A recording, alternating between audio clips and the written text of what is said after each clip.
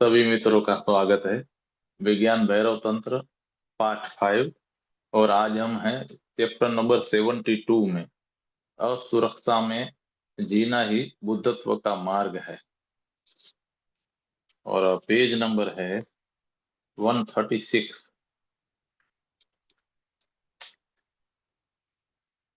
कुछ कुछ प्रश्न के सार हैं, जिसमें पहला है, कृपया बुद्ध पुरुष के प्रेम को समझाएं। दूसरा है कि क्या प्रेम गहरा होकर विवाह नहीं बन सकता है। तीसरा है, क्या व्यक्ति सुरक्षा में जीते हुए निश्चिंत रह सकता है। क्या व्यक्ति असुरक्षा में रहते हुए निश्चिंत रह सकता है। चार, अतिक्रमण की क्या आवश्यकता है।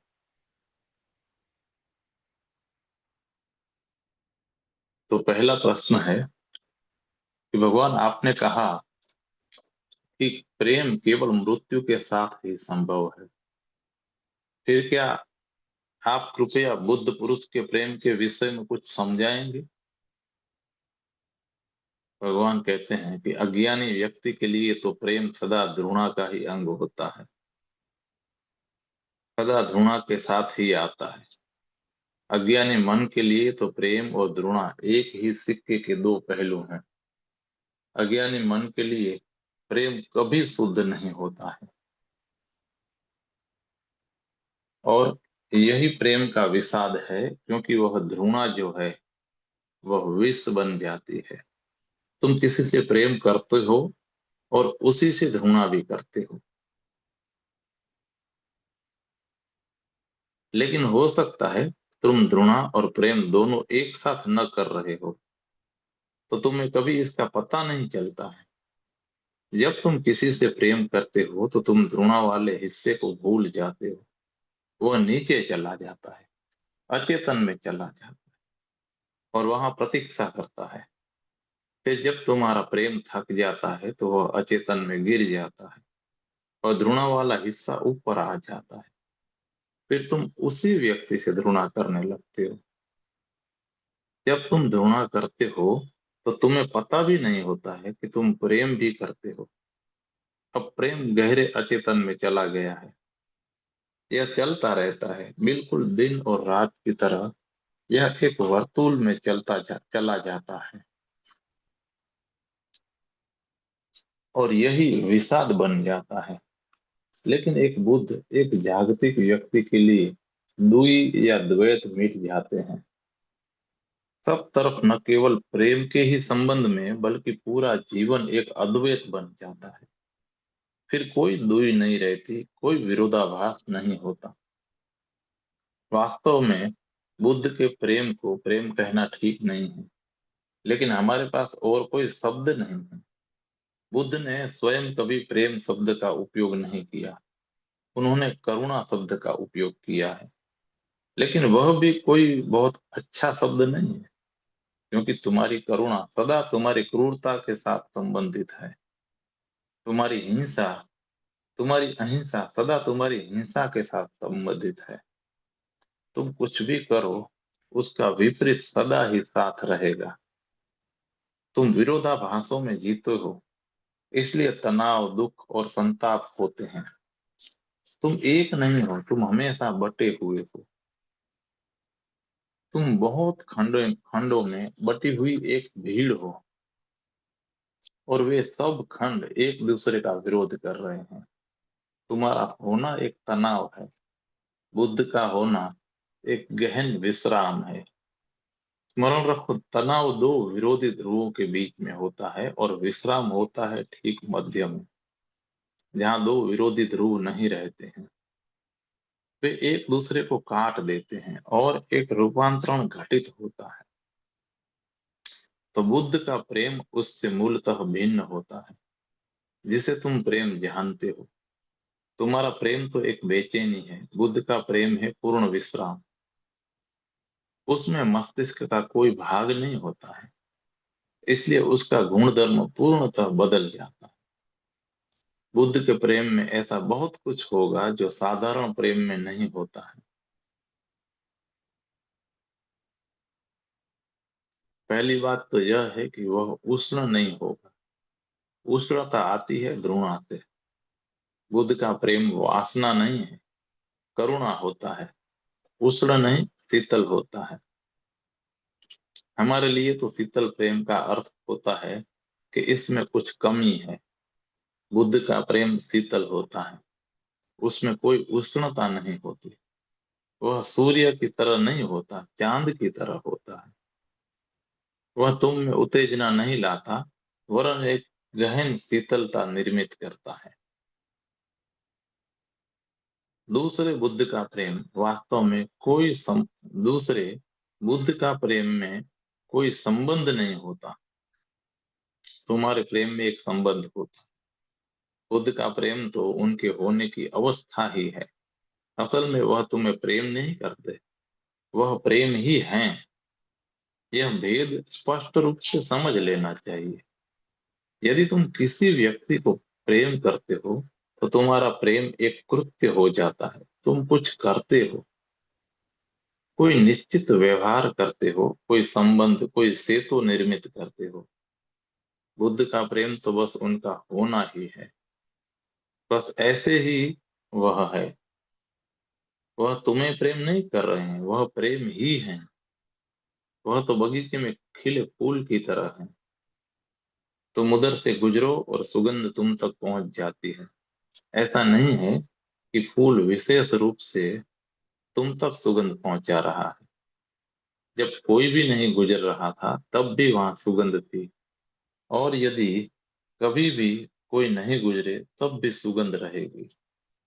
जब तुम्हारा प्रेमी तुम्हारे साथ नहीं होता, तुम्हारी प्रेमिका तुम्हारे साथ नहीं होती, प्रेम विदा हो जाता है, सुवास नहीं रहती। यह प्रेम तुम्हारा प्रयास है, तुम्हारा होना मात्र नहीं है। इसे लाने के लिए तुम्हें कुछ करना पड़ता है। जब कोई भी नहीं है और बुद्ध अकेले अपने बोधि वृक्ष के नीचे बैठे हैं, तो भी वह प्रेम में होते हैं। अब यह जरा अजीब सा लगता है कि तब भी वह प्रेम में होते हैं। वहां कोई भी नहीं है जिसे प्रेम किया जाए, लेकिन फिर भी वह प्रेम में है। ये प्रेम पूर्ण होना एक अवस्था है, और क्योंकि यह उनकी अवस्था है इसलिए उनमें तनाव नहीं होता। बुद्ध अपने प्रेम से थक नहीं सकते। तुम थक जाओगे क्योंकि तुम्हारा प्रेम ऐसा है जिसे तुम कर रहे हो। तो यदि बहुत प्रेम होता है तो प्रेमी एक दूसरे से थक जाते हैं। वे थक जाते हैं और दोबारा ऊर्जा से भरने के लिए उन्हें अवकाश की, अंतराल की जरूरत पड़ती है।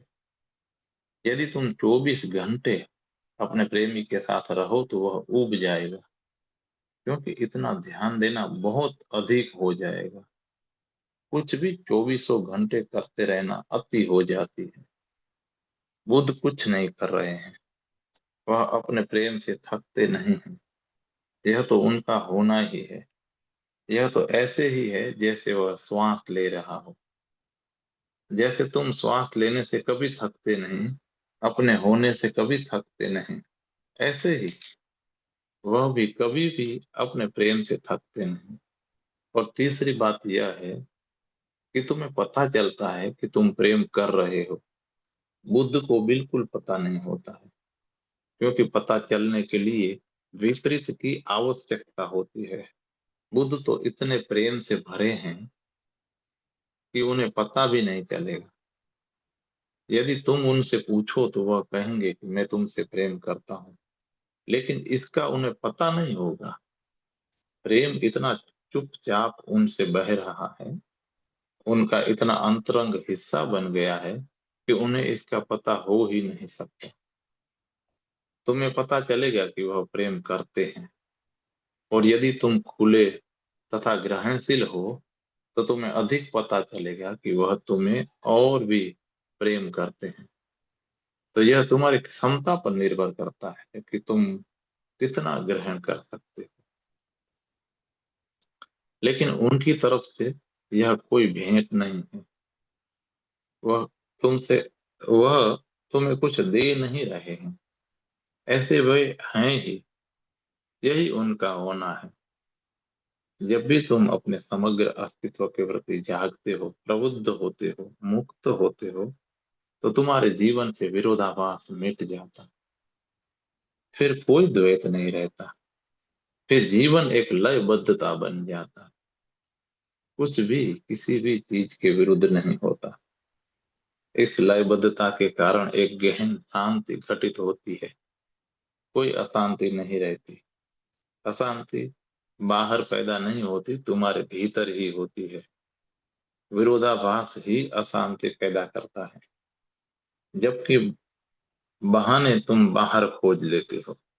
उदाहरण के लिए जरा गौर से देखो कि अपने प्रेमी या किसी मित्र, किसी गहन अंतरंग निकट निकटस्थ मित्र के साथ होने पर तुम्हें क्या होता है।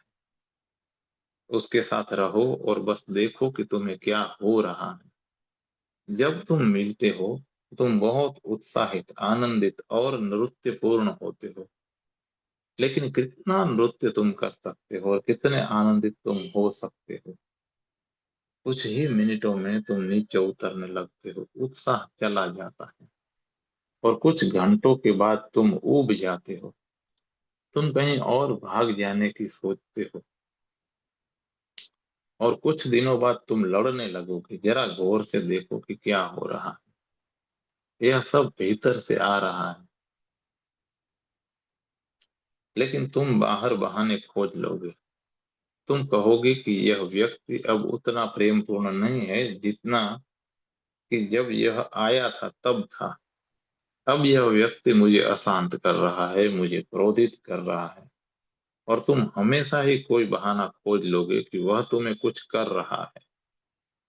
तुम्हें कभी भी पता न चलेगा कि तुम्हारा विरोधाभास तुम्हारे मन का द्वैत या अंतर्द्वंद कुछ कर रहा है। हमें कभी भी हमारे मन के कृत्यों का पता नहीं चलता। मैंने सुना है कि एक बहुत प्रसिद्ध सुंदर हॉलीवुड अभिनेत्री एक स्टूडियो में अपना फोटो लेने गई। फोटो एक दिन पहले खींचा गया था। फोटोग्राफर ने उसे दिया, पर वह तो बहुत नाराज हो गई, तमा गई। उसने कहा कि यह तुमने क्या कर डाला है। पहले भी तुमने मेरे फोटो लिए हैं, पर वे सब कितने गजब के थे। फोटोग्राफर ने अभिनेत्री को कहा कि हाँ, लेकिन आप यह भूल रही हैं कि जब मैंने फोटो खींचे थे तो मैं 12 वर्ष छोटा था। मैं तब 12 वर्ष छोटा था, यह आप भूल रही हैं।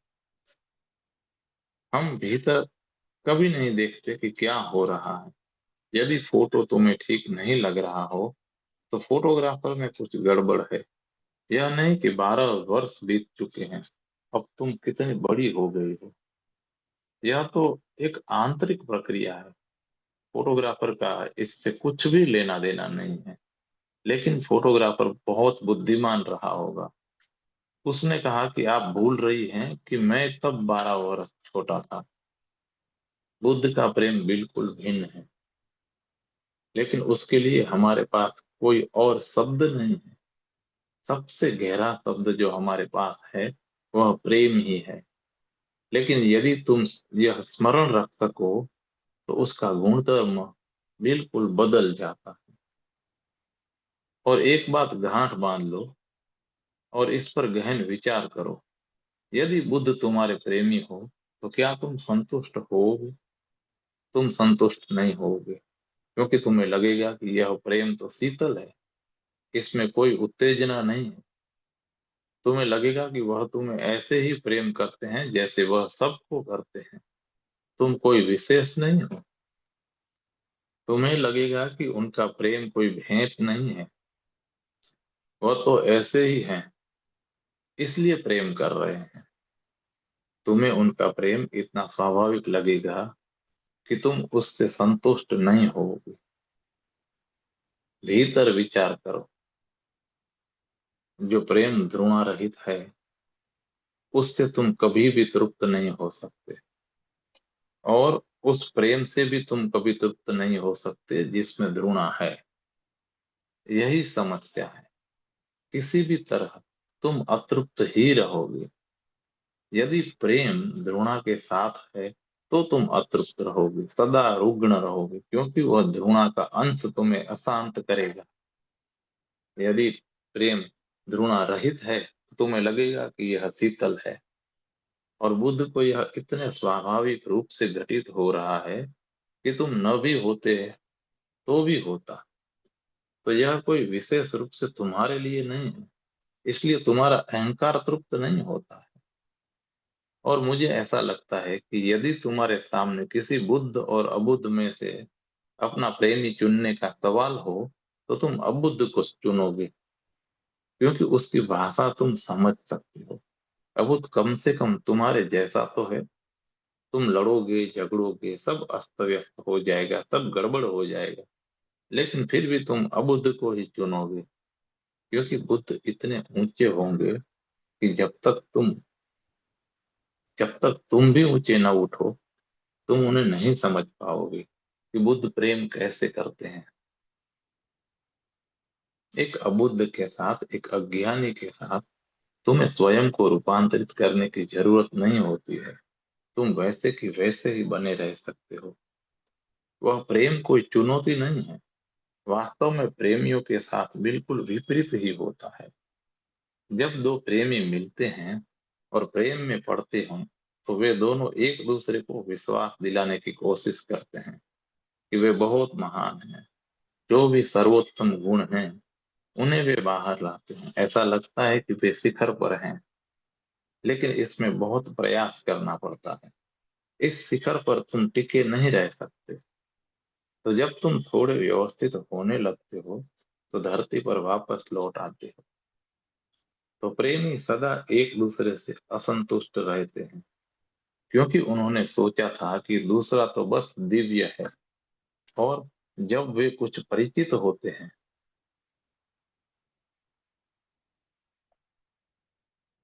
थोड़ा समय साथ होते हैं, तो सब कुछ धूमिल हो जाता है, साधारण हो जाता है। तो उन्हें लगता है कि दूसरा धोखा दे रहा है। नहीं, वह धोखा नहीं दे रहा है। वह तो सर्वोत्तम रंगों में स्वयं को प्रस्तुत कर रहा था। बस इतना ही था। वह किसी को धोखा नहीं दे रहा था, वह जानबूझकर कुछ भी नहीं कर रहा था। वह तो बस अपने सर्वोत्तम रंगों में स्वयं को प्रस्तुत कर रहा था, और ऐसा ही दूसरे ने भी किया। लेकिन तुम स्वयं को बहुत देर तक किसी की इस तो लेकिन तुम स्वयं को बहुत देर तक इसी तरह से प्रस्तुत नहीं कर सकते, क्योंकि यह बहुत दुष्कर हो जाता है, कठिन हो जाता है, बोझिल हो जाता है। तो तुम नीचे उतर आते हो। जब दो प्रेमी व्यवस्थित हो जाते हैं, जब वे मानने लगते हैं कि दूसरा तो उपलब्ध है ही, तब वे बड़े निकृष्ट, बड़े सामान्य, बड़े साधारण दिखाई पड़ने लगते हैं, जैसे वे पहले दिखाई पड़ते थे। उससे बिल्कुल विपरीत दिखाई पड़ने लगते हैं। उस समय तो वे फरिश्ते थे, और अब बस शैतान के शिष्य नजर आते हैं। तुम नीचे गिर जाते हो, तुम अपने सामान्य तल पर लौट आते हो। साधारण प्रेम कोई चुनौती नहीं, लेकिन किसी बुद्ध के प्रेम में पड़ जाना बड़ी दुर्लभ घटना है। केवल बहुत सौभाग्यशाली ही ऐसे प्रेम में पड़ते हैं। यह बड़ी दुर्लभ घटना है।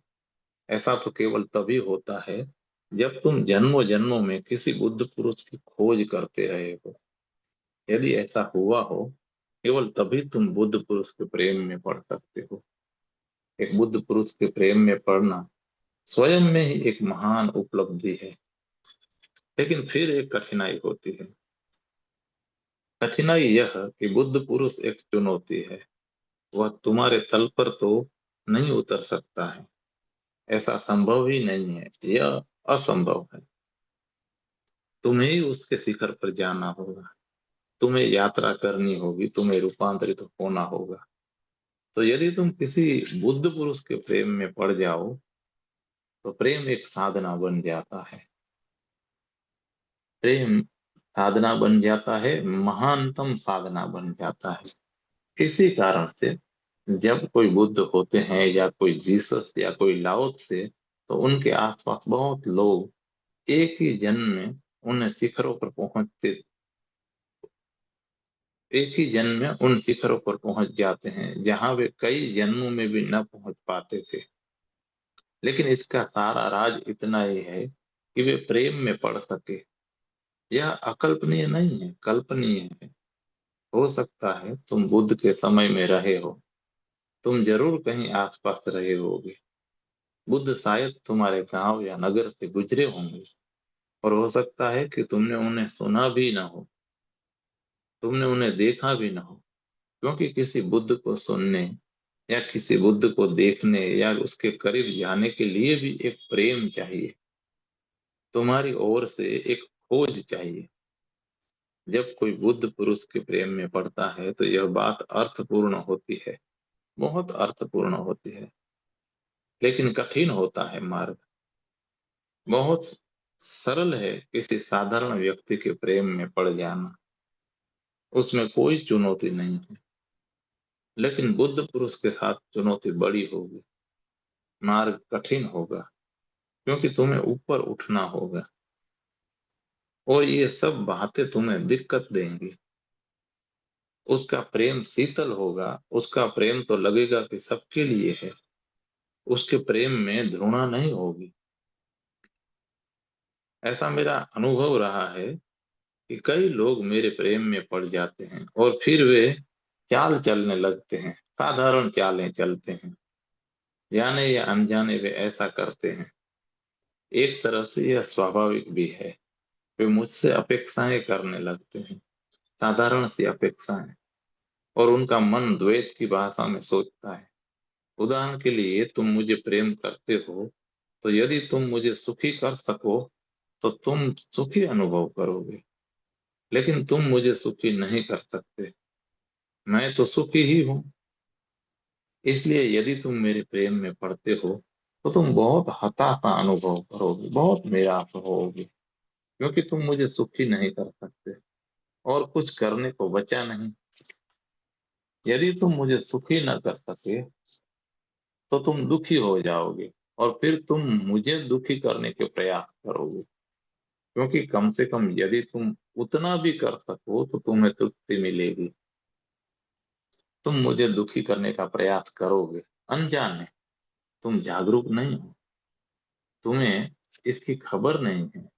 यदि तुम्हें पता हो तो तुम ऐसा नहीं करोगे, लेकिन तुम प्रयास करोगे। तुम्हारा अचेतन मन मुझे दुखी करने का प्रयास करेगा।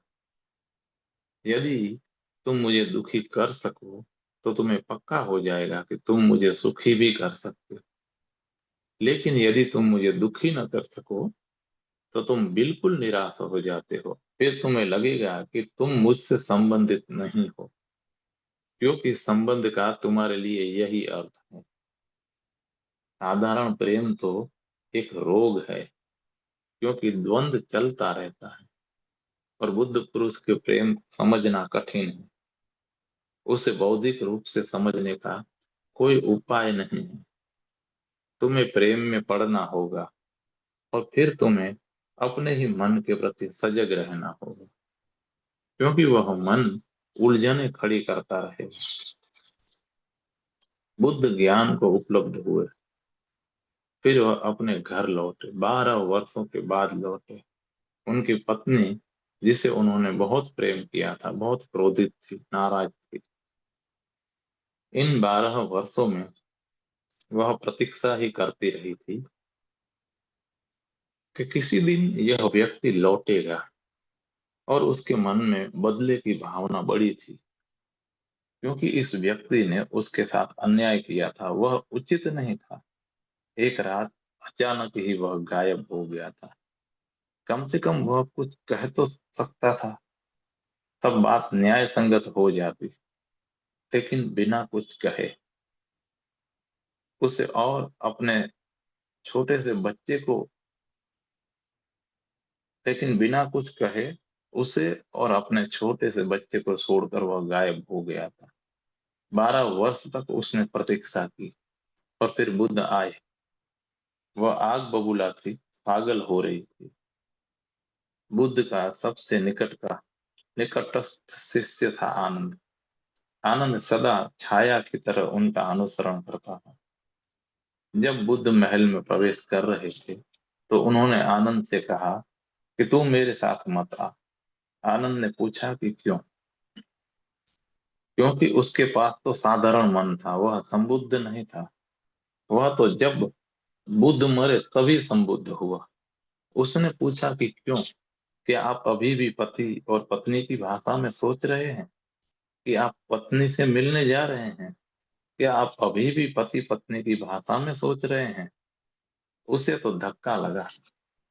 एक बुद्ध, एक प्रज्ञावान व्यक्ति कैसे कह सकता है कि मेरे साथ मत आ, मैं अपनी पत्नी से मिलने जा रहा हूँ। बुद्ध ने कहा कि यह बात नहीं है। यह देखकर कि मैं किसी के साथ आया हूँ वह और भी नाराज हो जाएगी। वह 12 वर्ष से प्रतीक्षा कर रही है। उसे अकेले ही पागल हो लेने दो। वह बड़े प्रतिष्ठित और सुसंस्कृत कुल से है, तो वह तुम्हारे सामने नाराज नहीं होगी। वह कुछ भी प्रकट नहीं करेगी। और 12 वर्ष से वह प्रतीक्षा कर रही है, तो उसे विस्फोट कर लेने दो। मेरे साथ मत आओ। मैं अब उसका पति नहीं हूँ, लेकिन वह तो अभी भी पत्नी है। मैं बदल गया हूँ, लेकिन वह नहीं बदली है। खुद अकेले ही गए। निश्चित ही वह नाराज थी। वह रोने, चीखने, चिल्लाने लगी और तरह तरह की बातें कहने लगी। और बुद्ध सुनते रहे। वह बार बार पूछती कि यदि तुम मुझे थोड़ा भी प्रेम करते थे तो छोड़कर क्यों चले गए? तुम क्यों चले गए? और वह भी मुझे बिना बताए। यदि तुम मुझे थोड़ा भी प्रेम करते थे तो कहो मुझे। और बुद्ध ने कहा कि यदि मैं तुझे प्रेम न करता तो मैं वापस क्यों आता? लेकिन ये दो अलग बातें हैं, बिल्कुल अलग बातें। वह क्या कह रहे हैं उसे सुनने को वह तैयार नहीं थी। वह पूछती ही रही, तुम मुझे अकेला क्यों छोड़ कर गए? तुम इतना कह दो कि तुमने मुझे कभी प्रेम नहीं किया, तो फिर सब ठीक है। और बुद्ध ने कहा कि मैं तुझे प्रेम करता था। मैं तुझे अभी भी प्रेम करता हूँ। इसलिए तो 12 वर्ष के बाद मैं लौटा हूँ। लेकिन यह प्रेम भिन्न है। वह क्रोधित थी और बुद्ध क्रोधित नहीं थे। यदि वह भी क्रोधित हो जाते, क्योंकि वह रो रही थी और चीख चिल्ला रही थी, तो वह समझ सकते थे। यदि वह भी क्रोधित हो जाते और उसकी पिटाई करते, तो वह समझ सकते थे। तो सब कुछ ठीक हो जाता। तो वह पुराने ही व्यक्ति होते। 12 वर्ष पूरी तरह मिट जाते और वो दोबारा प्रेम करने लगते। उसमें कोई कठिनाई न थी। लेकिन वह तो चुपचाप खड़े थे और वह पागल हो रही थी। बस वही पागल हो रही थी, वह तो मुस्कुरा रहे थे। यह जरा ज्यादा था। यह कैसा प्रेम? यह समझना उसके लिए बहुत कठिन हो रहा होगा। बुद्ध को ताना देने के लिए उसने अपने बेटे से, जो अब 12 वर्ष का था, कहा कि ये तेरे पिता हैं। देख इनकी ओर, भगोड़े की ओर। तू बस एक दिन का था जब ये भाग गए थे। ये तेरे पिता हैं, एक भिखारी हैं, और इन्होंने तुझे जन्म दिया था। अब अपना उत्तराधिकार मांग। इनके सामने अपना अपने हाथ फैला। ये तेरे पिता हैं। पूछ इनसे कि तुझे देने के लिए इनके पास क्या है। वह तो बुद्ध को ताना दे रही थी। वह नाराज थी स्वभावतः। और बुद्ध ने आनंद को बुलाया, जो बाहर खड़ा था, और कहा कि आनंद, मेरा भिक्षा पात्र ले आ।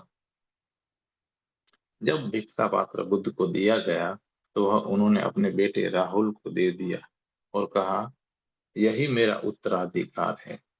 मैं तुम्हें संन्यास में दीक्षित करता हूँ। यह उनका प्रेम था। लेकिन यशोधरा तो और भी पागल हो गई। उसने कहा कि यह तुम क्या कह रहे हो? यदि तुम अपने बेटे को प्रेम करते हो तो उसे भिखारी नहीं बनाओगे, सन्यासी नहीं बनाओगे। बुद्ध ने कहा कि मैं उसे इसलिए भिखारी बना रहा हूँ क्योंकि मैं उससे प्रेम करता हूँ। मैं जानता हूँ कि वास्तविक उत्तराधिकार क्या है और वही मैं उसे दे रहा हूँ। मेरे पिता इतने बुद्धिमान नहीं थे, लेकिन मैं जानता हूँ कि क्या देने योग्य है और वही मैं दे रहा हूँ। ये दो अलग अलग आयाम हैं, दो अलग अलग भाषाएं हैं जिनका कहीं मिलन नहीं होता। वह प्रेम कर रहे हैं, उन्होंने अपनी पत्नी से जरूर प्रेम किया होगा, इसीलिए वह वापस आए। उन्होंने अपने बेटे को प्रेम किया होगा, इसीलिए उन्होंने उसे दीक्षा दी। लेकिन कोई पिता यह नहीं समझ सकता है। जब बुद्ध के पिता ने इस बारे में सुना, वह बूढ़े थे, बीमार थे। वह बाहर दौड़ाए और बोले कि यह तूने क्या किया? क्या तू मेरे पूरे वंश को नष्ट करने पे तुला है? तू मेरे घर से भाग गया। तू मेरा इकलौता बेटा था। अब राहुल पर मेरी आशाएं टिकी है। वह तेरा इकलौता बेटा है और तूने उसे भी संन्यास दे दिया। तो मेरा वंश तो अब समाप्त हो गया। अब भविष्य की कोई संभावना न रही। तू क्या कर रहा है? क्या तू मेरा शत्रु है? और बुद्ध ने कहा कि क्योंकि मैं अपने बेटे को प्रेम करता हूँ, इसलिए वही दे रहा हूँ जो देने योग्य है। न तो आपका राज्य, न आपका वंश, और वंश वृक्ष ही किस महत्व का है। संसार को इससे कोई अंतर नहीं पड़ता कि यह वंश वृक्ष आगे बढ़ता है या नहीं। लेकिन यह संन्यास जिसमें मैं राहुल को दीक्षित करता हूँ, यह बहुत महत्वपूर्ण है। मैं अभी अपने पुत्र को प्रेम करता हूँ। दो पिता बात कर रहे हैं। बुद्ध के पिता फिर उनसे प्रार्थना करने लगे कि तू वापस आ जा। मैं तेरा पिता हूँ, मैं बूढ़ा हूँ, मैं नाराज हूँ। तूने मुझे निराश किया है, लेकिन फिर भी मेरे पास पिता का हृदय है और मैं तुझे क्षमा कर दूंगा। आजा, मेरे द्वार खुले हैं, वापस आजा। छोड़ दे यह सन्यास। वापस आजा, मेरे द्वार खुले हैं। यह राज्य तेरा है। मैं प्रतीक्षा कर रहा हूँ। मैं बहुत बूढ़ा हूँ, लेकिन मेरे मन में तेरे लिए बहुत प्रेम है और मैं क्षमा कर सकता हूँ। यह एक प्रेम है। फिर यह दूसरे पिता गौतम बुद्ध स्वयं है, जो संसार छोड़ने के लिए अपने बेटे को संन्यास दे रहे हैं। यह भी प्रेम है। लेकिन दोनों प्रेम इतने भिन्न हैं कि दोनों को एक ही नाम से, एक ही शब्द से बुलाना ठीक नहीं है। लेकिन हमारे पास कोई दूसरा शब्द भी नहीं है। अब दूसरा प्रश्न है कि भगवान, कल रात आपने कहा कि प्रेम जीवंत होता है क्योंकि असुरक्षित होता है, और विवाह मृत होता है क्योंकि वह सुरक्षित होता है। लेकिन क्या यह सत्य नहीं है कि प्रेम ही आध्यात्मिक गहराई में विवाह बन जाता है? भगवान कहते हैं, नहीं, प्रेम कभी विवाह नहीं बनता। वह जितना गहरा जाता है, उतना ही अधिक प्रेम बन जाता है। लेकिन वह विवाह कभी नहीं बनता। विवाह से मेरा अर्थ है कि एक बाह्य बंधन, एक कानूनी स्वीकृति, एक सामाजिक समर्थन। और मैं कहता हूं कि प्रेम कभी विवाह नहीं बनता, क्योंकि वह कभी सुरक्षित नहीं होता है। वह प्रेम ही रहता है। वह अधिक प्रेम और अधिक प्रेम होता चला जाता है। लेकिन जितना अधिक होता है, उतना ही असुरक्षित होता जाता है। कोई सुरक्षा नहीं होती। लेकिन यदि तुम प्रेम करते हो, तो सुरक्षा की कोई फिक्र नहीं करते। जब तुम प्रेम नहीं करते, तभी सुरक्षा की फिक्र होती है। जब तुम प्रेम करते हो, तो वह क्षण ही इतना पर्याप्त होता है कि तुम दूसरे क्षण की चिंता नहीं करते, भविष्य की चिंता नहीं करते। तुम्हें इससे कुछ मतलब नहीं होता कि कल क्या होगा, क्योंकि अभी जो हो रहा है वह पर्याप्त है, बहुत अधिक है। इतना अधिक है, संभलता नहीं। तुम कोई चिंता नहीं करते। मन में सुरक्षा की बात ही क्यों उठती है? यह चिंता भविष्य के कारण उठती है। वर्तमान पर्याप्त नहीं है, इसलिए तुम भविष्य की चिंता करते हो। वास्तव में तुम वर्तमान में नहीं हो, तुम वर्तमान में नहीं जी रहे, तुम इसका आनंद नहीं ले रहे। यह क्षण आनंद नहीं है, वर्तमान आनंद नहीं है। इसलिए तुम भविष्य की आशा करते हो, फिर तुम भविष्य की योजना बनाते हो, फिर तुम भविष्य के लिए हर सुरक्षा जुटा लेना चाहते हो। प्रेम कभी भी सुरक्षा जुटाना नहीं चाहता है, वह बस स्वयं में ही सुरक्षित होता है। यही सत्य है। प्रेम स्वयं में ही इतना सुरक्षित होता है कि किसी और सुरक्षा की बात ही नहीं सोचता। भविष्य में क्या होगा इससे कुछ मतलब नहीं है, क्योंकि भविष्य इसी वर्तमान से विकसित होगा। और यदि वर्तमान इतना जीवंत है, इतना आनंदपूर्ण है, तो भविष्य इसी से विकसित होगा। उसके बारे में चिंता क्यों करें? जब वर्तमान आनंदपूर्ण नहीं होता है, विषाद होता है, तब तुम भविष्य के लिए चिंतित होते हो, तब तुम उसे सुरक्षित करना चाहते हो। लेकिन याद रखो कि कोई भी कुछ भी सुरक्षित नहीं कर सकता है। प्रकृति का ऐसा स्वभाव नहीं है। भविष्य तो असुरक्षित रहेगा ही। तुम केवल एक काम कर सकते हो, वर्तमान को और गहनता से जी लो। तुम इतना ही कर सकते हो। यदि उससे कोई सुरक्षा होती है, तो वही एकमात्र सुरक्षा है। और यदि सुरक्षा नहीं हो रही है, तो नहीं हो रही है, कुछ भी नहीं किया जा सकता। लेकिन हमारा मन सदा आत्मघाती ढंग से व्यवहार करता है। वर्तमान जितना विषाद युक्त होता है, उतना ही तुम भविष्य के बारे में सोचते हो और उसे सुरक्षित करना चाहते हो। और जितने तुम भविष्य में चाहोगे, वर्तमान उतना ही विषाद युक्त होता चला जाएगा। फिर तुम एक दुष्चक्र में फंस गए। यह चक्र तोड़ा जा सकता है, लेकिन इसे तोड़ने का एकमात्र उपाय यही है कि वर्तमान क्षण इतनी गहनता से जिया जाए कि यह क्षण ही अपनी गहराई में शाश्वत बन जाए। इसी से भविष्य पैदा होगा। भविष्य अपना मार्ग स्वयं बना लेगा। तुम्हें इसकी चिंता करने की जरूरत नहीं है।